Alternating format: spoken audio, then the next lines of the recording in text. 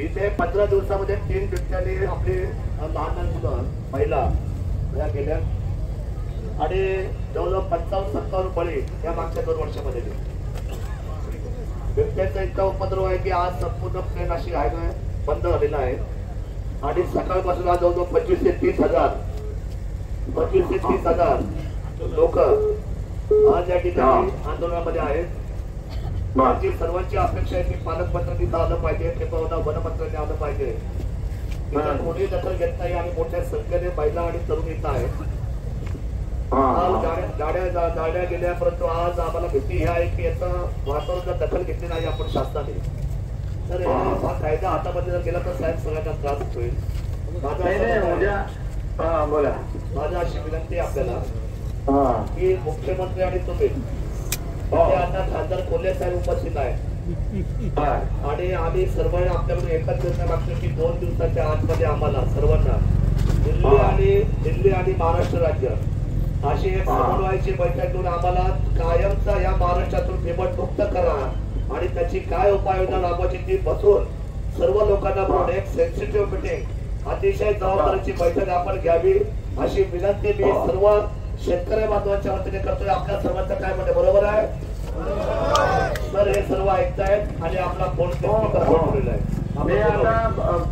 आमदार महोदय आणि आपले खासदार महोदय पण आहेत. मी आता एकच सांगतो की मी ताबडतोब मुख्यमंत्र्यांची बोलतो. उद्या कॅबिनेट आहे.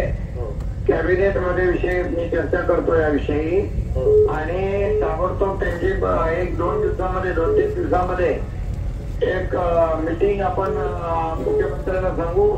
संबंधित लोकांची बैठक घेऊन तुमच्या शिष्टमंडळाला त्या बैठकीत बोलवायला आणि याच्यावर कायमस्वरूपी तोडगा काढण्याचा आपण निर्णय घेऊ. केंद्राला पण बोलावं लागेल. केंद्राच्या पण जे संबंधित लोक असतील त्यांना मुख्यमंत्री बोलवतील मीटिंग आणि आपण तुम्हाला तुमच्या शिष्टमंडळाला बोलवू. ठीक आहे साहेब.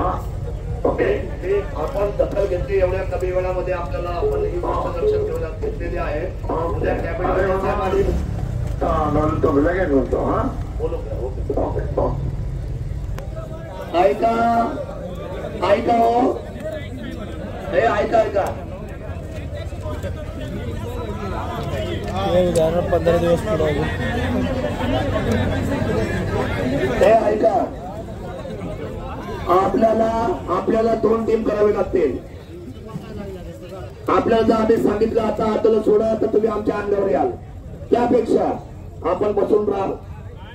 ऐका बसून राहायला पाहिजे ना आपल्याला न्याय निवाडा करायचा आहे.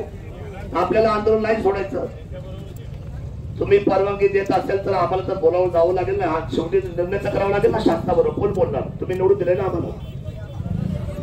ऐका इथे ऐका हो हे ऐका. 1 मिनिट अरे 1 मिनिट प्रभाकर 1 मिनिट निर्णय कुठे होईल? कायदा कुठे चालेल?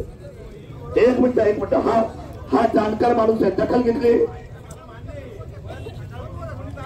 अरे त्यासाठी कलेक्टरला आपण सांगितलं की इथं एक ऐका राज्याच्या प्रमुखांनी आता दखल घेतली. तुम्ही तुमच्या कानाने ऐकले.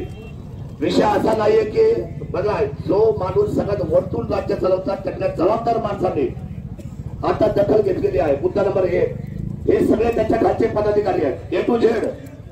पण विषय असा आहे की कोणी यावं म्हणून आपण वाट पाहतोय तर आपण त्याची वाट पाहतोच आहे. परंतु ऐका रे भाऊ बोलून ऐका. चर्चा ऐका. आपलं म्हणणं काय ऐका रे बाबा. आजपर्यंत असं काही झालं का या 75 वर्षात? 1 मिनिट ऐका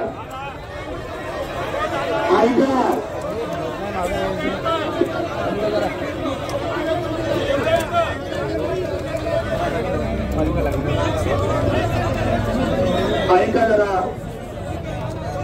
ऐका. मी काय सांगितलं? अरे ऐका तर तुमचं म्हणणं सांगतोय. तुमचं म्हणणं सांगतोय. ऐका तुम्हाला आंदोलन सोडायची घाई नाही ना? आपल्याला आंदोलन सोडायची घाई 1 मिनिट आपलं आंदोलन सोडायचंच नाहीये.